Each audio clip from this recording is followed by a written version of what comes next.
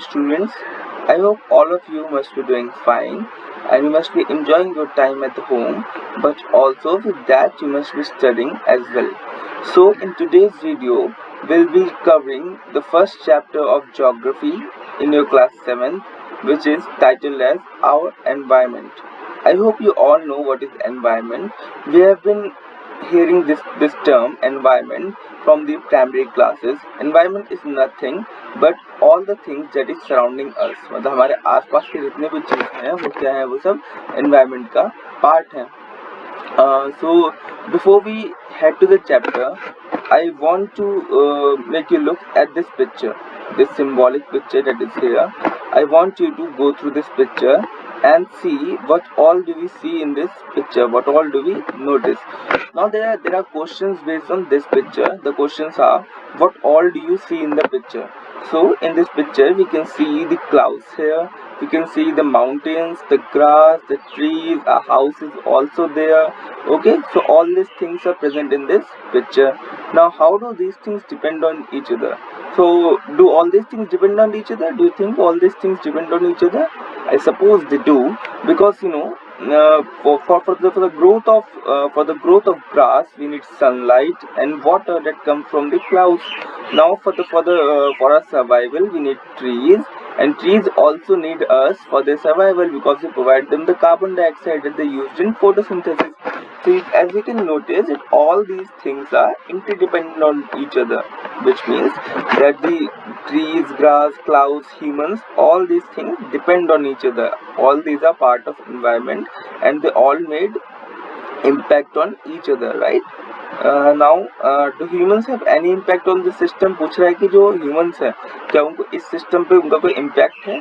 तो आपको पता होगा कि ह्यूमंस को जो इम्पैक्ट है वो इस समय सबसे ज़्यादा है, क्योंकि जितनी भी फैक्ट्रीज हैं, जितने भी हम पॉल्यूशन कर रहे हैं, जो भी हम हमारी जो डेली लाइफस्टाइल है वो एक तरीके से एनवायरनमेंट को इम्पैक्ट कर रही है. बोल रहा है विच इकोसिस्टम इज दिस. इकोसिस्टम आपको पता होगा एक स्पेसिफिक जो एक लिविंग जोन होता है, मतलब जो एक ऐसा लिविंग जोन जहाँ पे स्पेसिफिक टाइप के एनिमल्स एंड ह्यूमंस वगैरह रहते हो, तो वो एक इकोसिस्टम हो गया. बोल रहा है कि कौन सा इकोसिस्टम है, तो ये माउंटेन इकोसिस्टम है. You can see this is the mountain ecosystem, right? So we should start the chapter now. When you look around, you will see many different things, both natural and man-made. Everything around you constitutes an environment. So as we have just stated, हमारे आसपास जितनी भी चीजें हैं वो environment का part है, चाहे वो नेचुरल चीजें हो या वो मैनमेड चीजें हो. जैसे आप अपने घर पे हैं, आपके आसपास मान लीजिए टीवी हो गया, बेड हो गया, या और भी चीजें जो घर पे हैं वो भी आपके एनवायरनमेंट का पार्ट है. और उसके अलावा जो आपके घर के बाहर जो पेड़ पौधे हो गए या कोई एनिमल हो गया या कुछ भी जो भी नेचुरल चीजें हैं, so both natural and manmade things they all are part of our environment. Everything that is around us is part of our environment. The natural environment includes a large number of living things and non-living things. Living things are called the biotic component of the environment. These are animals, plants, microorganisms and humans. तो बोल रहा है कि जो natural environment है वो non-living thing को भी include करता है और living thing को भी include करता है. Living things जो है उनको क्या बोलते हैं? Living things आपको पता वो कौन सी होती है? जो सांस लेते हैं, जो जिंदा है, तो वो क्या होती है? वो biotic component होते हैं environment के. ठीक है, These are biotic component of the environment. तो ये कौन सी है? ये एनिमल्स, प्लांट्स, माइक्रो ऑर्गेनिजम्स, ये सब क्या है? और ह्यूमंस, ये सब क्या है? बायोटिक कंपोनेंट है एनवायरनमेंट के. और जो नॉन लिविंग नेचुरल थिंग्स है वो क्या है? वो सब एबायोटिक, जैसे कि लैंड, सॉइल, रॉक, एयर, ये सब क्या है? ये सब नेचुरल एनवायरनमेंट का पार्ट है, लेकिन ये एबायोटिक कंपोनेंट है नेचुरल एनवायरनमेंट के. मतलब ये नॉन लिविंग थिंग है लेकिन नेचुरल थिंग्स है, तो ये क्या हो गए? ये एबायोटिक कंपोनेंट हो गए नेचुरल एनवायरनमेंट के. Now, man-made environment comprises of things created by humans due to their interaction with biotic and abiotic things. बोल रहा है कि जो man-made environment है वो क्या है? वो humans ने बनाए हैं. कैसे? उनका जो इंटरेक्शन, मतलब जो उनका इंटरेक्शन है, मतलब नेचुरल चीज़ों को, चाहे वो बायोटिक हो या एबायोटिक हो, उनको यूज करके जो ह्यूमंस ने चीज़ बनाई है उससे क्या बना है? उससे मैन मेड एनवायरनमेंट बना है. उसकी एग्जांपल क्या है? बिल्डिंग्स हो गई, ब्रिजेस हो गए, फैक्ट्रीज हो गए, या मीन्स ऑफ ट्रांसपोर्टेशन यानी कार, बस, एयरप्लेन, शिप्स, ये सब क्या है? Electricity, social system such as family, religion, education, politics and economy, ये सब क्या है, ये सब मैन मेड एनवायरनमेंट के पार्ट है। मतलब ये मैन ने नेचुरल चीज़ों के साथ इंटरेक्ट करके ये चीज़ें बनाई, और ये सब क्या है, ये मैन मेड एनवायरनमेंट की पार्ट है। This environment on Earth sustains all life forms and thus it is necessary to understand the processes that support our environment। बोल रहा है कि जो environment है, जो हमारा अर्थ का जो environment है, वो हर तरीके की लाइफ फॉर्म को सस्टेन करने में मदद करता है। मतलब इसी की वजह से हम भी जिंदा रह पा रहे हैं अर्थ में, या इतने अलग अलग जितने भी एनिमल्स हैं, प्लांट्स हैं, ट्रीज हैं, जितना भी सिस्टम है पूरे अर्थ का, वो एनवायरनमेंट की वजह से ही चल रहा है। बोल रहा है कि इसलिए हमें ये काफ़ी ज़रूरी है कि हम एनवायरनमेंट के प्रोसेस को, मतलब उसमें क्या क्या चीज़ें हो रही है एनवायरनमेंट के अंदर, हम उसको समझें और उसकी वर्किंग को देखें, ताकि हमें पता चले कि एनवायरनमेंट को कैसे कंजर्व करना है, या उसमें क्या क्या प्रॉब्लम्स हैं, किस तरीके से हम इसको यूज़ कर सकते हैं जिससे कि हमारी जो लाइफ है वो सस्टेन कर सके लंबे टाइम तक, right. So first of all we will have a look at the natural environment. ठीक है, the land, water, air, animals and plants comprise nature. बोल रहा है कि जो लैंड है, वाटर है, एयर है, एनिमल है और प्लांट है, वो नेचर, मतलब वो सब मिलके नेचर बनाते हैं। This natural environment is grouped into various domains. The following three domains interact to form the biosphere in which various life forms exist. तो बोल रहा है कि ये चीज़ें हैं, जब जो नेचर के जो पार्ट हैं, इनको अलग अलग डोमेन्स में बांटा गया है। डोमेन्स मतलब कि अलग अलग क्राइटेरिया या अलग अलग ग्रुप्स में बांटा गया है, और ये जो तीन कैटेगरीज हैं, ये मिलकर क्या बनाती हैं, बायोस्फीयर बनाती हैं। बायोस्फीयर वो एक ऐसा डोमेन है जहाँ पे लाइफ एग्जिस्ट करती है। मतलब जो लोग रह रहे हैं वो बायोस्फीयर में रह रहे हैं। और ये बायोस्फीयर कैसे बनता है, ये जो बाकी जो डोमेन्स है, लिथोस्फीयर, एटमॉस्फेयर और हाइड्रोस्फीयर, इन तीनों के कॉम्बिनेशन से बायोस्फीयर बनता है। ठीक है, तो first of all we look at the domain of the natural environment, lithosphere. Lithosphere क्या है? This is the solid top layer of the earth surface, also called the Earth's crust. It is made of rocks and minerals with a thin covering of soil. The lithosphere is irregular in shape and has different landforms like mountains, plains, valleys, plateaus, etc. तो बोल रहा है कि जो solid top layer है अर्थ की, यानी कि जो जमीन की जो ऊपरी लेयर है, जिसको हम क्रस्ट भी कहते हैं, ये वो क्या है, वो लिथोस्फीयर है। जो जमीन का ऊपरी लेयर है वो लिथोस्फीयर है, जो सॉलिड क्रस्ट है वो रॉक एंड मिनरल से बना है, और उसके ऊपर एक थिन कवरिंग है सॉइल की। लिथोस्फीयर किससे बना है? रॉक्स एंड मिनरल्स से बना है, उसके ऊपर एक थिन कवरिंग है सॉइल की। तो लिथोस्फीयर क्या है, वो इरेगुलर शेप में, और यहाँ पे डिफरेंट लैंड फॉर्म्स हैं। आपको पता होगा जमीन पे बहुत सारे लैंड फॉर्म है, जैसे माउंटेन्स हो गए, कहीं पे पहाड़ है, कहीं पे प्लेन है, कहीं पे नदी का किनारा है, मतलब जो वैलीज वगैरह है, घाटियां हैं, पठार हैं, प्लेट्यूज हैं। तो ये सब क्या है, ये सब लिथोस्फीयर के पार्ट हैं। जो अर्थ का जो टॉप लेयर है वो सब पूरा लिथोस्फीयर का पार्ट है, और इसमें इरेगुलरिटी है शेप में, और डिफरेंट लैंडफॉर्म एग्जिस्ट करते हैं। ठीक है, the part of the crust lying below the oceans is called the ocean floor. बोल रहा है कि जो जमीन का वो हिस्सा, मतलब अर्थ की सरफेस का वो हिस्सा जो कि ओशियन के नीचे पाया जाता है। ओशियन के नीचे भी कहीं पे कुछ जमीन है ना, तो वो जो ओशियन के नीचे की जो जमीन है उसको ओशियन फ्लोर कहते हैं। ठीक है, ये भी क्या है, ये लिथोस्फीयर का पार्ट है। तो upper most layer of the अर्थ कहीं पे भी हो, upper most layer of the अर्थ कहीं पे भी हो, चाहे पानी के अंदर हो, चाहे ऊपर, चाहे प्लेन्स में हो, चाहे माउंटेन्स में हो, चाहे प्लेट्यूज में हो, कहीं पे भी हो, वो क्या होगी, वो लिथोस्फीयर की पार्ट होगी। बोल रहे हैं कि जो ओशियन फ्लोर है वो भी क्या है, वो अनइवन है और फ्लैट नहीं है। तो आपको पता होगा कि अंडर वाटर माउंटेन्स भी हैं, अंडर वाटर वॉल्केनोज भी हैं। तो ये बड़ी ऑब्वियस सी बात है कि अगर मान लो सतह पे जो जमीन है वो इवन नहीं है, तो अंडर वाटर पे वो जमीन कैसे इवन हो जाएगी। तो इसलिए ओशियन फ्लोर क्या है, वो अनइवन है, फ्लैट नहीं है। बोल रहा है lithosphere provides us with mineral wealth, grasslands, forest, agricultural land and land for human settlement.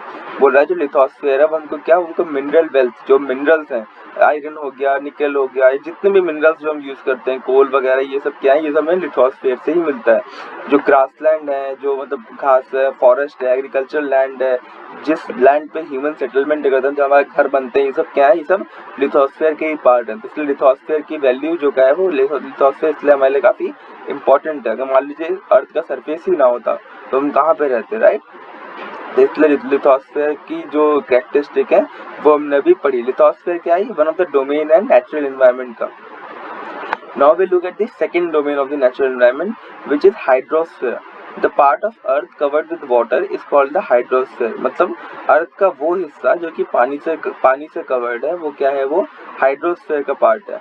ये क्या क्या इंक्लूड करता है? ये all type of water bodies such as ocean, seas, rivers, lakes etcetera.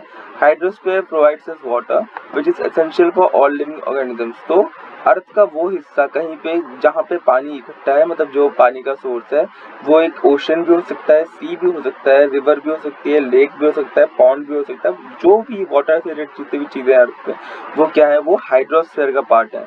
जो लैंड से रिलेटेड चीजें थी वो क्या थी? वो लिथोस्फीयर का पार्ट थी. जो पानी से रिलेटेड चीजें हैं वो हाइड्रोस्फीयर का पार्ट है. हाइड्रोस्फीयर क्या हमें वाटर प्रोवाइड करता है. वाटर जैसे क्या होता है, बहुत ही एसेंशियल है हमारे लिए. वाटर अगर ना होता तो ह्यूमंस या कोई भी एनिमल्स इनफैक्ट या प्लांट सर्वाइव नहीं कर सकते थे.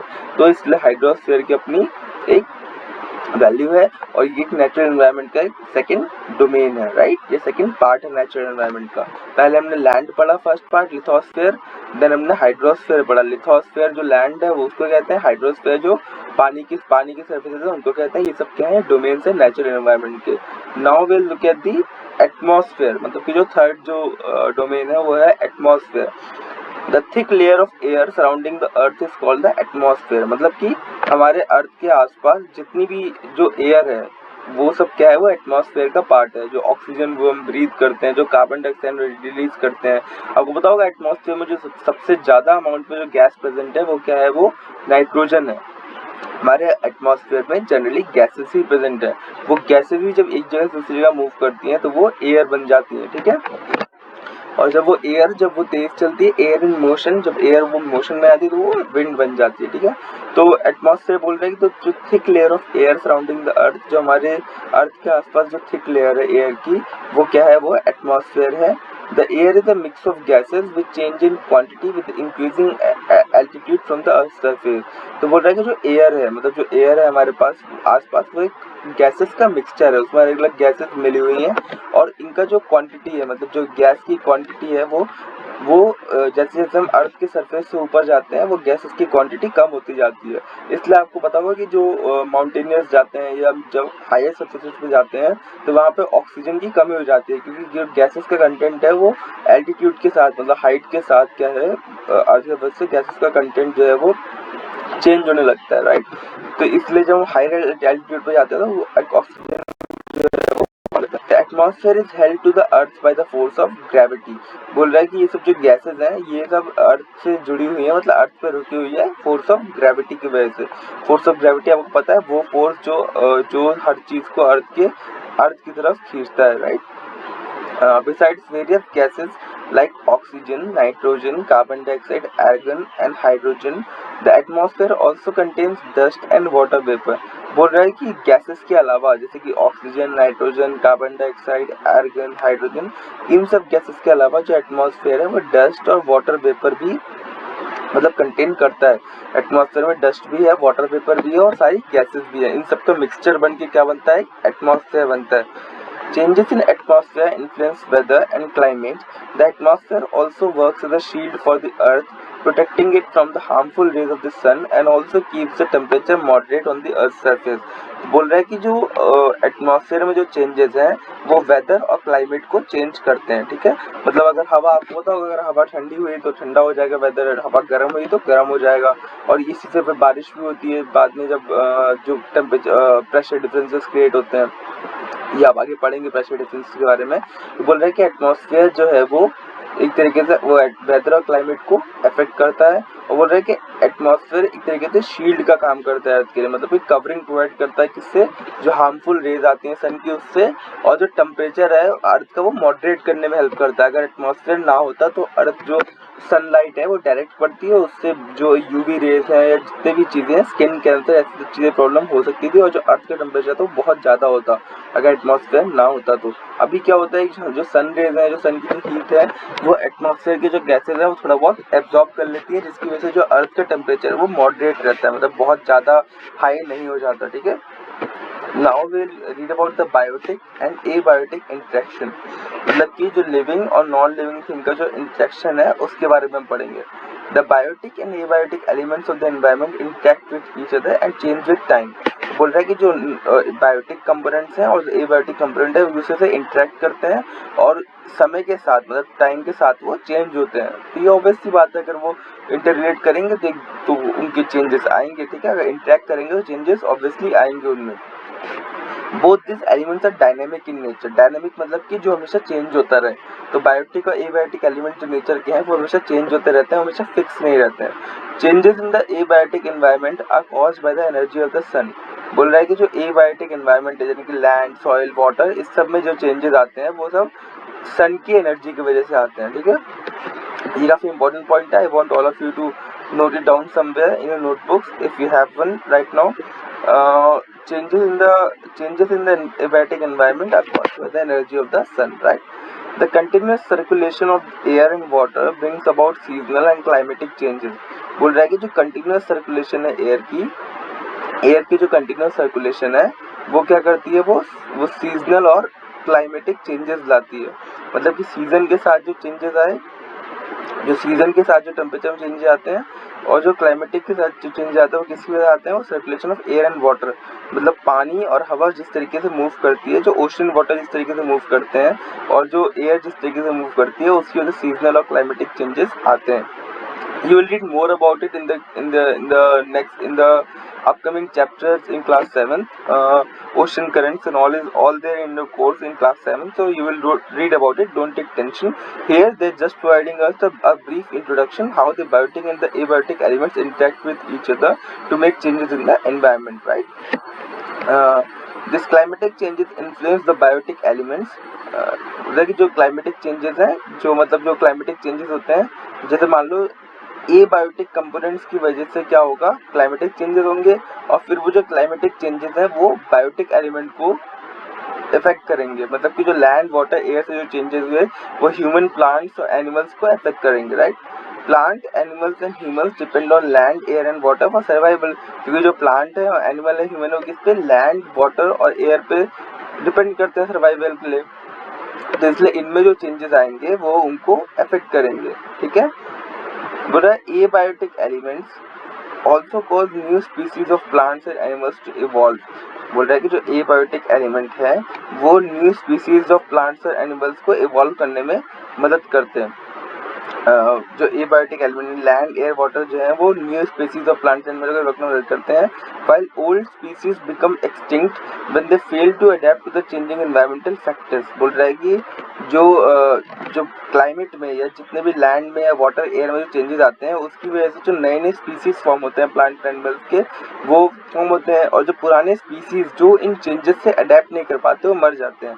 जैसा कि आपको पता होगा डायनासोर जो थे वो काफी टाइम पहले एग्जिस्ट करते थे बट वो वैनिश हो गए। ऐसे क्यों वैनिश हो गए? क्योंकि जो एनवायरमेंट में जो चेंजेस आए वो उनको कोप अप नहीं कर पाए, मतलब उनके साथ मीटअप नहीं कर पाए। इसी तरह बहुत सी स्पीसीज रहती हैं जो एनवायरमेंट में चेंज होने से सर्वाइव नहीं कर पाती हैं। इसलिए बोलते हैं ना कि ग्लोबल वार्मिंग होगी या मतलब क्लाइमेट में बहुत ही ज्यादा चेंजेस आएंगे तो बहुत सी स्पीसीज हैं वो मतलब सर्वाइव नहीं कर पाएंगी और उनका जो एक्सटिंक्शन है वो हो जाएगा, ठीक है। इसलिए एनवायरनमेंट को एक मॉडरेशन की जरूरत है, मतलब जो चेंजेस हैं वो बहुत तेजी से ना आए, इस तरीके से हमें एनवायरनमेंट पे यूज करना चाहिए चीज़ों को। In the same way human activities such as mining, building and construction, agriculture also influence change in the abiotic environment. बोल रहा है कि इसी तरीके से जो ह्यूमन एक्टिविटी है, मतलब जो ह्यूमंस जो काम करते हैं, जैसे माइनिंग हो गया, माइनिंग मतलब मिनरल्स जो एक्सट्रैक्ट करते हैं वो जमीन से खोद के निकालते हैं, माइनिंग बोलते हैं उसे। बिल्डिंग एंड कंस्ट्रक्शन, घर मतलब जो बिल्डिंग और कंस्ट्रक्शन वगैरह है या एग्रीकल्चर वगैरह है, ये सब भी क्या है, ये सब एबायोटिक एनवायरनमेंट को इन्फ्लुएंस करते हैं। एबायोटिक एनवायरनमेंट मतलब कि लैंड, एयर, वाटर, इन सबको ये सब एक्टिविटीज इन्फ्लुएंस करती हैं। These interactions between the biotic and abiotic environment result in variations of soil, vegetation and distribution of plants and animals. तो बोल रहा है कि जो ये इंटरेक्शन है बायोटिक और एबायोटिक एनवायरनमेंट का, मतलब कि ह्यूमंस, प्लांट्स, एनिमल्स का लैंड, सॉइल, एयर, वाटर के साथ, इसकी वजह से क्या होता है कि जो अलग अलग जगहों पे क्या वेरिएशन आता है सॉइल में, वेजिटेशन में and distribution of plants and animals में। तो जैसे कि आपने देखा होगा कि हर जगह पे अलग अलग सॉइल होती है, मतलब अगर आप राजस्थान में है तो वहाँ पे डेजर्ट होगी, वहाँ पे अलग अलग सॉइल होगी। फिर राजस्थान में अगर आप मोर ईस्टर्न साइड जाते रहेंगे, उधर जयपुर और उसके आगे तो वहाँ पे अलग सॉइल होगी, फिर आप और ईस्टर्न साइड जाएंगे अलग सॉइल होगी, वहाँ का वेजिटेशन भी अलग होगा, सॉइल अलग होगी तो वेजिटेशन भी अलग होगा, मतलब किस तरीके के पेड़ पौधे वहाँ लगते हैं, फिर डिस्ट्रीब्यूशन कैसा है, मतलब कहीं पे कैक्टस अगर ज़्यादा है तो कहीं पे कोई और ट्री ज़्यादा होगा। तो ये सब जो वेरिएशन है soil vegetation distribution of plants में, ये सब किसकी वजह से आए हैं, ये सब कुछ आए हैं बायोटिक और एबायोटिक इंटरेक्शन की वजह से, मतलब ह्यूमंस का, एनिमल्स का, प्लांट्स का जो इंटरेक्शन है लैंड सॉइल वाटर के साथ, उसकी वजह से ये सब चेंजेस यहाँ पे आए हैं, इतना मतलब डाइवर्सिटी यहाँ पे हुई है। So till now we have read about what is environment, and then we have read about the three domains of the environment, that is lithosphere, hydrosphere, and there's one more, and atmosphere, right? And then we have read about the biotic and abiotic interaction, मतलब किस तरीके से जो biotic component है environment natural environment के और जो abiotic component है नेचुरल एनवायरनमेंट के, वो कैसे एक दूसरे को इन्फ्लुएंस करते हैं और कैसे एक दूसरे पर डिपेंडेंट है। So in the next class we will read about the biosphere, जो कि कुछ नहीं, वो इन तीनों के इंटरेक्शन से ही बनता है। Then we'll look at the ecosystem and we'll specifically look at the lake ecosystem, and at last we'll see the humans and the impact on environment. So that's all for the today's class. We'll meet in the next class. I hope you will come by reading all these things that we have read today. Thank you, class.